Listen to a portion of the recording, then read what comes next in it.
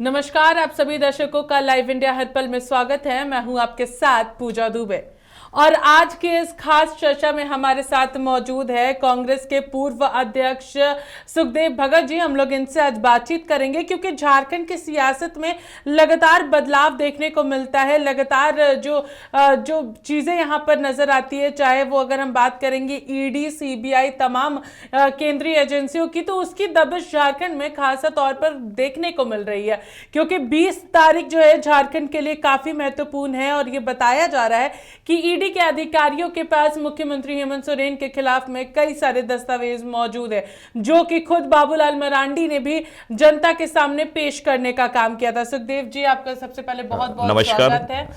सुखदेव जी, जानना चाहेंगे 20 तारीख क्योंकि झारखंड के लिए काफी महत्वपूर्ण है और इस 20 तारीख को क्योंकि ईडी जो है वो खुद मुख्यमंत्री हेमंत सोरेन के घर जाकर के पूछताछ करने वाली है, जमीन घोटाले मामले की बात करेंगे तो मैं आपको स्पष्ट कर दूं, बहुत आश्चर्य होता है जब से मोदी जी की सरकार आई है, उन्होंने वो सारे संवैधानिक संस्थानों का, मैं समझता हूं कि दुरुपयोग करने का उन्होंने रिकॉर्ड तोड़ा है। और जिस उद्देश्य से 1956 में ईडी का जो गठन हुआ है और फेमा को उन्हें देखना है, पीएमएलए को देखना है कि भाई मनी लॉन्ड्रिंग को उन्हें देखना है और आर्थिक कानून को कैसे एस्टैब्लिश करें, उसको देखें, ये सारी चीज़ों को देखना था। लेकिन ऐसा प्रतीत होता है कि मोदी जी ने जनता पे कम विश्वास है, जो जितने सरकारी एजेंसियां उन पे उन्हें ज़्यादा विश्वास है, और जहां पे भारतीय जनता पार्टी की सरकार नहीं है वहां प्रतिशोध लेने के लिए इसे टूल्स के रूप में प्रयोग कर रही है। और लगातार आपने देखा होगा जब भी यहाँ पे जब हेमंत सोरेन जी यहाँ के मुख्यमंत्री बने, गठबंधन की यहाँ सरकार आई है, आपने देखा होगा उसी समय से लगता है जब जनादेश उन्हें उनके पक्ष में नहीं गया, कभी तोड़ने की बातें कभी आई, कभी कुछ और बातें आई, कभी ईडी के माध्यम से, कभी किसी और के माध्यम से, लगातार तंग करने का एक कुत्सित प्रयास है और ये कहीं ना कहीं राजनीतिक षड्यंत्र की इसमें बू आ रही है। अगर बात करेंगे सुखदेव जी, क्योंकि एक राजनीतिक मतलब लड़ाई जो है उसकी आपको यहाँ पर बू आ रही है, लेकिन एक सवाल यहाँ पर उठ रहा है क्योंकि अवैध खनन मामले के जब पहली बार ईडी ने यहाँ पर मुख्यमंत्री को समन जारी किया था, 2022 की हम बात कर रहे हैं सुखदेव जी, उस दौरान ये तमाम चीजें सामने आई थी कि ईडी के पास कई सारे दस्तावेज हैं, मुख्यमंत्री ने सही ढंग से वो जो पूछताछ हुई थी, 9.5-10 घंटे की जो पूछताछ थी, ये भी बातें सामने आई कि मुख्यमंत्री के जवाब से ईडी असंतुष्ट रही, कई सारे लोगों को गिरफ्तार किया गया, चाहे वो पंकज मिश्रा की बात करेंगे, चाहे अन्य यहाँ पर प्रेम की बात करेंगे, तो कई ऐसे लोगों के नाम इसमें शामिल हैं उस पूरे मामले को लेकर के। खुद पूजा सिंघल इस वक्त जेल में मौजूद है, उन्हें बेल नहीं मिल पा रही है। मैं आपको स्पष्ट कर दूं, आपने देखा होगा, आपने स्वयं कहा अभी कि जब ईडी का संबंध गया, माननीय मुख्यमंत्री जी स्वयं जाते हैं, ईडी ऑफिस जाते हैं, अपनी बातों को रखते हैं, उन्होंने सहयोग किया है। लेकिन एक राजनीति में परसेप्शन बहुत बड़ी चीज़ है और ऐसा प्रतीत होता है कि जानबूझ के जिसे कहा जाए चरित्र हनन, राजनीतिक चरित्र हनन करने का यह प्रयास किया जा रहा है। मैं इसलिए इस बात को कर रहा हूँ, ये सब बल इसलिए मिलता है। आपने देखा होगा, मैं 2-3 नाम में बता रहा हूँ। अभी हमारे राहुल गांधी जी असम में है और उनका अपने स्टेटमेंट सुना कि भारत का सबसे करप्ट कोई अगर सीएम है, गवर्नमेंट है, तो असम के सीएम है। मैं इसलिए इस बात को कहना कि जिस प्रकार उनके मैसेज का जिस प्रकार घोटाले में पूरा नाम आया, प्रमाण के साथ आया, ईडी वहां कहां है, सीबीआई वहां पर कहीं पे नहीं है। और तो और अभी माननीय प्रधानमंत्री जी स्वयं वो लगातार इस बात को महाराष्ट्र में कर रहे थे, अजीत पवार 70,000 करोड़ के इन्होंने घोटाला किया है, उनके पार्टी में शामिल हो गए, ईडी किनारे चली गई है। सत्यम घोटाले की बात करें, आप मध्य प्रदेश चले जाए, वो किनारे चली गई। तो क्या ईडी, मैंने इसलिए कहा कि ईडी संवैधानिक संस्थान है, निष्पक्षता जहां नजर आनी चाहिए वहां निष्पक्ष नहीं होके, मैंने कहा कि एक राजनीतिक टूल्स के रूप में अगर उनका प्रयोग अगर किया जा रहा है इस सरकार के द्वारा, मोदी जी के सरकार के द्वारा, तो हमारा यह दायित्व बनता है कि हम उन चीजों को देखें और हम ये बार बार, और आपने माननीय मुख्यमंत्री जी ने पूछा क्या आप हमें किस रूप से, आप हमसे सहयोग लेना चाहते हैं, हमें आरोपी की तरह बुला रहे हैं, कि हमसे कुछ पूछताछ करना चाहते हैं? इन्होंने बहुत स्पष्ट कहा है। और एक बात मैं आपको बता दूं, हर चीज का एक, चाहे इंडियन सिविल सर्विसेज का उसका एक रूल है, जो ईडी का उसका एक रूल है। तो जो रूल है उस रूल के अनुसार अकॉर्डिंगली इन्हें एक्ट करना चाहिए, लेकिन उस ढंग से एक्ट न करके ऐसा प्रतीत होता है कि राजनीतिक रूप से प्रतिशोध लेने के रूप में ये एक्ट किया जा रहा है। लेकिन सुखदेव जी, अगर बात करेंगे, मुख्यमंत्री हेमंत सोरेन को लगातार 7 समन भेजे गए थे। 8वें समन पर उन्होंने जवाब दिया कि ठीक है, आप मेरे आवास आ जाइएगा, 12 बजे का समय होगा और मेरे आवास में ही आप पूछताछ कर लीजिएगा। लेकिन जो 7 समन जारी किए गए थे, 7वें समन में भी कुछ ऐसा ही ईडी ने पूछा था उनसे कि आप जगह समय बताइए। पूजा जी, मैं आपको एक चीज बता दूं, आपने देखा कि टाइमिंग बहुत बड़ा फैक्टर होता है। आपने देखा होगा कि जब हमारे देश में, हम स्वतंत्रता दिवस की जो मैं बात करूं, इतने महत्वपूर्ण था, उस समय आप ईडी का समन उन्हें जारी करते हैं। आप सोचते हैं, ये अलग बात है कि मैंने कहा कि आरएसएस और भारतीय जनता पार्टी के लिए हौसला ही बहुत बड़ा फैक्टर नहीं हो, क्योंकि आरएसएस के मुख्यालय में वो राष्ट्रीय झंडा वो कभी फहराते नहीं थे। तो उन्हें कोई, जब माननीय मुख्यमंत्री जी हैं, उन्होंने झंडोत्तोलन करना है, स्वतंत्रता आंदोलन का, उस टाइम वो समन जारी करते हैं। और इन्होंने, मैंने कहा कि कहीं ऐसा ईडी ये बता दें, आप एक जिम्मेदार यहां पे हैं, बता दें कि क्या ऐसा था कि इतने ही सम्मन हमें जारी करने हैं। ऐसा बहुत बार तो कोर्ट से भी सम्मन बहुत सारे आते हैं, हम अपनी बातों को रखते हैं, अपनी बातों को रखें भाई, किस समय हमें राज्य हित में हमें कहां जाना है, क्या नहीं करना, हम तो कभी इनकार भी नहीं कर रहे हैं। इन्होंने पत्र लिख के कहा कि आप आके, उन्होंने डेट पूछा, आप आके हमसे पूछ सकते हैं। लेकिन मैं बार बार इस बात को कर रहा हूं कि ईडी ऐसा प्रयास कर रही है कि मैंने कहा कि आरोपी के रूप में पेंट करने का जो प्रयास किया जा रहा है, और ये किनके द्वारा, ये भारतीय जनता पार्टी के द्वारा। मैं, और संशय की स्थिति इसलिए आती है कि ईडी, मैंने कहा कि सही भी संवैधानिक संस्थान के रूप में काम नहीं कर रही है। आपने देखा होगा, लगातार आप देखते होंगे, इसमें जो ट्वीट आता है, ट्वीट किनका आता है? भारतीय जनता पार्टी के सांसद का ट्वीट आता है। उनका जो ट्वीट आज आया और कल उसी ढंग से, उसी लाइन पे, डिट्टो लाइन पे ईडी कार्रवाई करती है। तो क्या ऐसा है कि ईडी के जो हमारे जितने मेंबरान हैं, ईडी के जो सदस्य हैं, वो जाते हैं भारतीय जनता पार्टी के सदस्यों के साथ, पूरी खाका तैयार की जाती है, खाका तैयार करने के बाद उस प्रकार की कार्रवाई करती है? तो संशय तो होगा, जनता इन चीजों को देख रही है। इसलिए मैं समझता हूं माननीय मुख्यमंत्री जी बार बार इन चीजों को पूछ रहे हैं कि भाई आप कहना क्या चाहते हो, करना क्या चाहते हैं। यह बहुत साधारण सी बात है और हर आदमी का, नागरिक का कर्तव्य है। और मैं समझता हूं कि सार्वजनिक जीवन में अगर आप इस प्रकार की कार्रवाई देखें, शोषण के अलग अलग तरीके होते हैं। और यह तो मैं जरूर कहना चाहूंगा, कहीं ना कहीं यह बात, अगर लगातार ये बातें आ रही है मीडिया के माध्यम से या लोगों के द्वारा, कि ऐसा तो नहीं है कि एक भूमिपुत्र शिबू सोरेन जी के पुत्र एक आदिवासी मुख्यमंत्री यहां पे हैं। तो आप होता ऐसा भी लग रहा कि भाई आदिवासी मुख्यमंत्री इतने बेहतर तरीके से राज्य को लेकर जा रहा है, क्योंकि कहीं ना कहीं भारतीय जनता पार्टी झारखंड को एक कॉलोनी के रूप, उपनिवेश के रूप में देखती है, कितने खनिज संपदा यहाँ है। तो वो एक फैक्टर हो सकता है, इसलिए इस निमित्त कहीं ना कहीं प्रेजुडिस होकर इस प्रकार की कार्रवाई कर रही है। मन में तो संशय ऐसा उठना स्वाभाविक है। जिस तरीके से आपने कहा कि बीजेपी के सांसद, यानी आप निशिकांत दुबे की बात कर रहे हैं, तो निशिकांत दुबे ने ये जरूर 2022 में ये कहा था कि बहुत जल्द झारखंड में रिजॉर्ट पॉलिटिक्स शुरू होगी। और कहीं ना कहीं रिजॉर्ट पॉलिटिक्स पर मुख्यमंत्री हेमंत सोरेन ने मोहर लगाने का काम किया था। उस ट्वीट पर उन्होंने पहले तो वो खूंटी चले गए, उसके बाद लेकिन उस बात को सच किया और वो रायपुर में मेफेयर रिजॉर्ट में ही जाकर, चलिए आप बता, अभी ये बता देंगे असम में किनके लोग गए थे? हेमंत बिस्वा जी के पास कौन एमएलए गए थे? मैं समझता हूं कि कुपत रथ दौड़ता जो पथ निर्देशक वह है, लाज लजाती जिसकी कृति से धीरती उपदेशक वह। भारतीय जनता पार्टी हमें इस प्रकार की चीजें पढ़ा रही है, हमें बता रही है। और तो और मैं बता दूं कि जिसमें झारखंड गठन हुआ तो सारे लोग को लेकर जयपुर कौन गए थे? यही भारतीय जनता पार्टी के लोग गए थे। और वो हमें बता रिजल्ट पॉलिटिक्स की बात कर रहे हैं। मैं समझता हूं कि अगर कोई अंगुलियां उठती हैं, अगर एक कहीं इंगित होती है तो 3 अंगुलियां अपनी ओर भी उठती है। तो उनका ये नैतिक, मैं समझता हूं कि नैतिक रूप से कहने का कोई अधिकार नहीं है। जो सारी गलतियां, ये सारी उस प्रकार की वो चीजें कर रहे हैं। सुखदेव जी, लेकिन एक बात बहुत ज्यादा यहाँ पर सामने आती है कि आखिर मुख्यमंत्री हेमंत सोरेन के ऊपर इस तरीके से प्रेशर केंद्रीय एजेंसियों के द्वारा क्यों बनाया जा रहा है?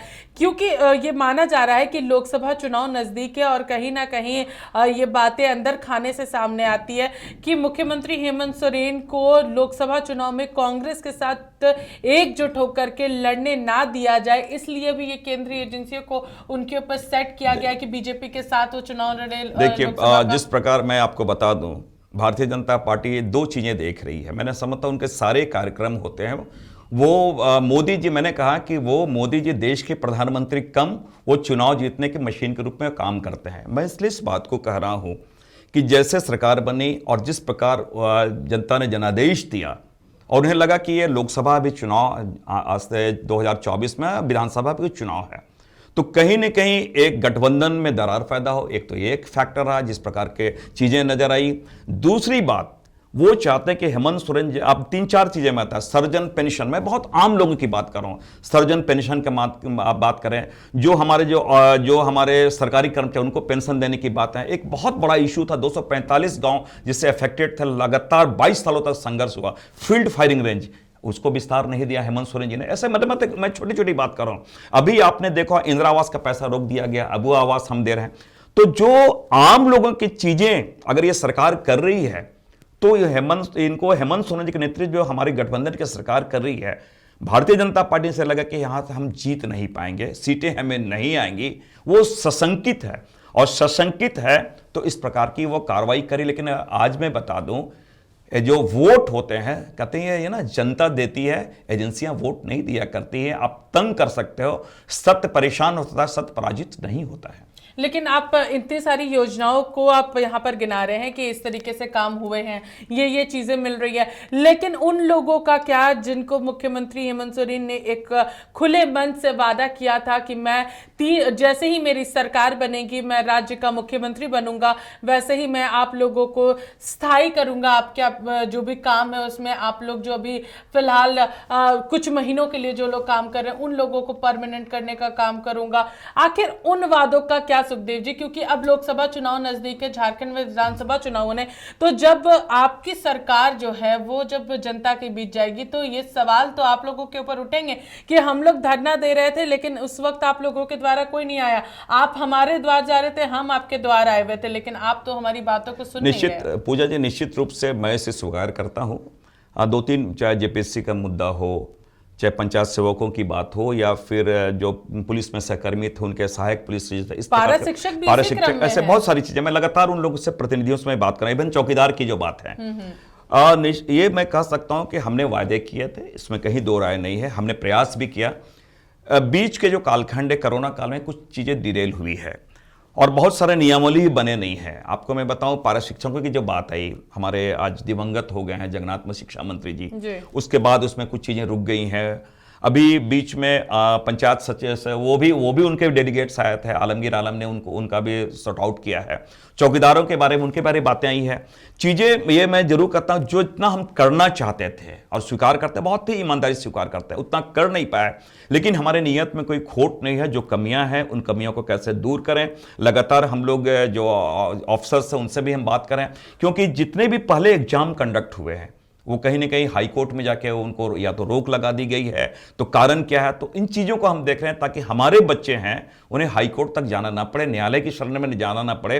गवर्नमेंट उन चीज़ों को देखे। मैं आपके माध्यम से जरूर कहना चाहूँगा और मैं सरकार से भी अपेक्षा करता हूँ कि हमारे कोई भी हम नियम बनाते हैं, एग्जाम लेने के जो फॉर्मेट तैयार करते हैं, तो हमारे लीगल सेल वाले क्या देखते हैं, विधि शाखा क्या देखती है, ऐसे विधि शाखा उनको माइंडफुली उन चीज़ों को देखें ताकि बच्चों को दिक्कत ना हो।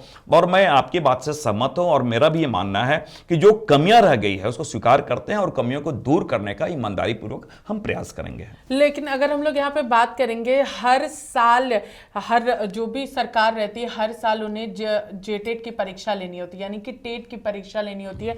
ये आपके ही निनावली में है, लेकिन आप लोग खुद उसे फिलफिल नहीं कर पाते। आपकी भी सरकार अब पूरे 5 साल का पूरे करने के क्रम में बढ़ चुकी है और इससे पहले 2016 के बाद से जेटेट की परीक्षा नहीं हुई, जिसकी वजह से सीटेट और जेटेट अभ्यर्थियों के बीच में काफी ज्यादा क्लैश ये देखने को मिल रहा है और दोनों ही जाकर के कोर्ट में चीजों को लेकर के जा रहे हैं। जहां हाई कोर्ट से उन लोगों सीटेट को मंजूरी मिली, तो वहीं जेटेट का कहना है कि 2016 के बाद से हम लोगों को मौका ही नहीं मिला है। हाँ। तो दो अभ्यर्थी एक नौकरी के लिए लड़ रहे हैं आज एक दूसरे के साथ ही, इससे आप कैसे देखते हैं? निश्चित रूप से दिसंबर में जो एग्जाम कंडक्ट होना था अभी, और उसमें ये बातें आई कि इसी में से जितने जो क्वालिफाई किए उसी में से अकोमोडेट कर लेने की बातें भी आई थी। अभी आपने कहा कि दोनों हमारे न्यायालय में चले गए हैं। मैंने कहा कि कुछ चीज़ें जो पूरी प्रति, मैंने कहा कि कंस्ट्रक्टिव काम हमेशा थोड़ा टाइम टेकिंग होता है, तो कुछ कमियां जो रही हैं, और आपकी बात से मैं समझ, दोनों में कुछ ऐसे विसंगतियां आ गई थी। उन विसंगतियों को कहीं ना कहीं मैं आज भी थोड़ा मैं स्वीकार करता हूं। कुछ नौकरशाह, जिससे मैं कहता हूं कि नौकरशाह लोग बहुत खुले मन से, जो जहां पर निष्पादन होना चाहिए था, और बच्चों को, जो हमारे स्टूडेंट्स हैं, उनको बेनिफिट मिलना चाहिए, वो बेनिफिट देने में थोड़ा हमसे कमी हुई है, इसको हम स्वीकार करते हैं। लेकिन फिर भी हमने कहा कि बहुत सूक्ष्म तरीके से उन चीज़ों, उन विसंगतियों को हम कैसे दूर करें और इन बच्चों को न्यायालय के शरण में ना जाना पड़े। और इसलिए कि भाई वो तो ऑलरेडी क्वालिफाई कर चुके हैं, एलिजिबिलिटी टेस्ट वो क्वालिफाई कर चुके हैं, तो और उतनी सीटें भी बचती है, तो एकोमोडेट उनको किया जा सकता था, ये मैं मान रहा हूं। लेकिन मैंने कहा कि जो फाइलें आती हैं और कहीं ना कहीं ऐसा प्रतीत होता कि वो आज भी, मैं इसलिए कहूँ कि भारतीय जनता पार्टी के जो अफसर्स हैं, उनकी मानसिकता वो लेके बैठे हैं, और उन्हें लगता है कि भाई उन्हें बच्चों को हम क्यों दें, कि भाई ऐसा लग रहा है जैसे वो अपने घर से कुछ चीज़ों को दे रही है। मेरा ये कहना कि कल्याणकारी राज्य है, और कल्याणकारी राज्य में जो हमारे स्टूडेंट्स हैं, जिनको नौकरी की प्रत्याशा में जो इस प्रकार अपने समय जा रहा है, उनको प्राथमिकता मिलनी चाहिए। एक बात और मैं आपके माध्यम से कहना चाहूँ, जो एज रिलैक्सेशन है जी, क्योंकि एज निकलते, हम हर साल एग्जाम कंडक्ट नहीं किया, अभी हेमंत सोरेन जी ने जेपीएससी 1 साथ 4 का कंडक्ट किया है, एज रिलैक्सेशन भी हो, आपके माध्यम से मैं कहना चाहूंगा।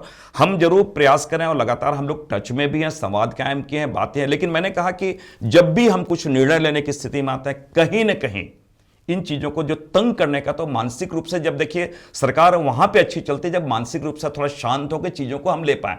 ये अलग बात है कि हम बहुत विचलित नहीं है, लेकिन मैंने कहा कि जो एक ठीक, हम जब लाइन पकड़ते हैं तो इस प्रकार की जो चीजें आती है तो थोड़ा सा उसमें डेविएट तो आदमी हो जाता है, ये एक फैक्टर भी कहीं ना कहीं बना है। सुखदेव जी, आपने कहा कि पूर्व शिक्षा मंत्री स्वर्गीय जगन्नाथ महतो को आज सबसे ज्यादा अगर कोई याद कर रहे हैं तो वो पारा शिक्षक याद कर रहे हैं, क्योंकि उनका कहना था जब वो यहाँ पर सड़क पर उतरे थे, और उनका कहना था कि आज हम जगन्नाथ महतो को सबसे ज्यादा याद करते, क्योंकि ऐसा लगता है मानो जैसे अब हमें लावारिस छोड़ दिया गया हो, अब हमारा कोई नहीं है। ये इस तरीके की बातें उनके द्वारा कही जा रही थी, क्योंकि वो थे तो हमारी छोटी सी छोटी चीजों को सुना जाता था, लेकिन अब राज्य के मुख्यमंत्री ही उनके शिक्षा मंत्री है, तो उनसे मिलने का मौका तक उन्हें नहीं मिल पाता है। तो इससे आप कैसे देखते हैं, क्योंकि वो लोग आज सड़कों पर बैठे हुए हैं और अपनी मांग रख रहे हैं, और यहाँ पर जेएमएम के विधायक के द्वारा उन्हें आश्वासन भी दिया गया था कि हम आपको 10 तारीख से पहले मिलवा देंगे, लेकिन जिस तरीके से ईडी की कार्रवाई चल रही है तो उन्हें नहीं मिलवाया जा पाया।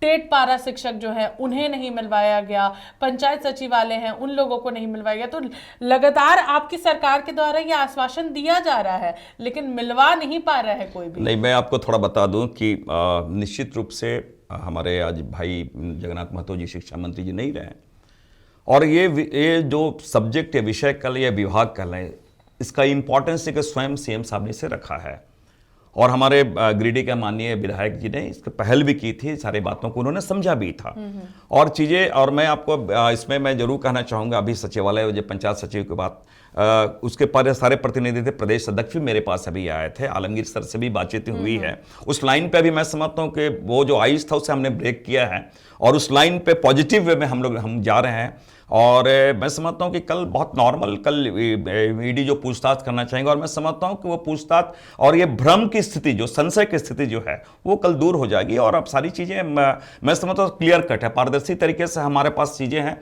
हम कल हो जाने के बाद, और आपने देखा होगा लगातार जो हर जगह पे हेमंत सोरेन जी अपने मुख्यमंत्री जा रहे हैं, अपने कार्यक्रम में उन्होंने कोई तब्दीली नहीं की है।